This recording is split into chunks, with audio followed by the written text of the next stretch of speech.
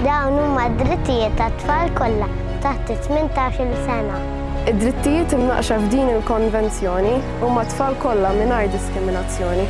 Huwa ġiet tiegħi li d-deċiżjonijiet li jittieħdu dwari mill-adulti jkunu fl-aħjar interess tiegħi. Ħafna jitkellmu dwar id-drittijiet tal-adulti, iżda ftit jikkunsidraw il-ħsibijiet tat-tfal. Kien għalhekk li l-Fondazzjoni għall-Benesseri tas-Soċjetà flimkien mal-Università ta' Malta iffirmaw ftehim biex jippromuovu d-drittijiet tat-tfal.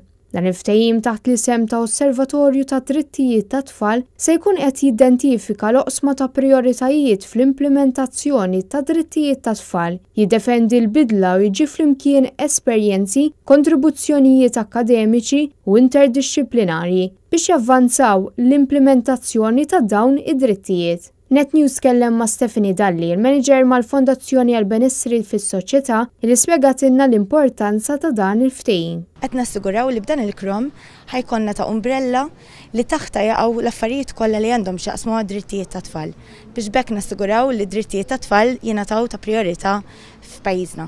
Stephanie Dalli għaltinna li għal-futur hemm pjanijiet imħejja sabiex jassiguraw li dan il-ftehim jiġi implementat b'mod sħiħ. L-ewwel ħanibdew minn actually nattakkaw id-drittijiet tat-tfal u naraw x'vera għandna bżonn inħarsu u mbagħad nibdew naħdmu minn hemmhekk. Anke meta nitkellmu fuq id-drittijiet tat-tfal, ma nkunux qed inżidu l-tfal fil-parteċipazzjoni ta' dawn l-attivitajiet. Ġifieri ma nkunux vera qed nisimgħu leħinhom.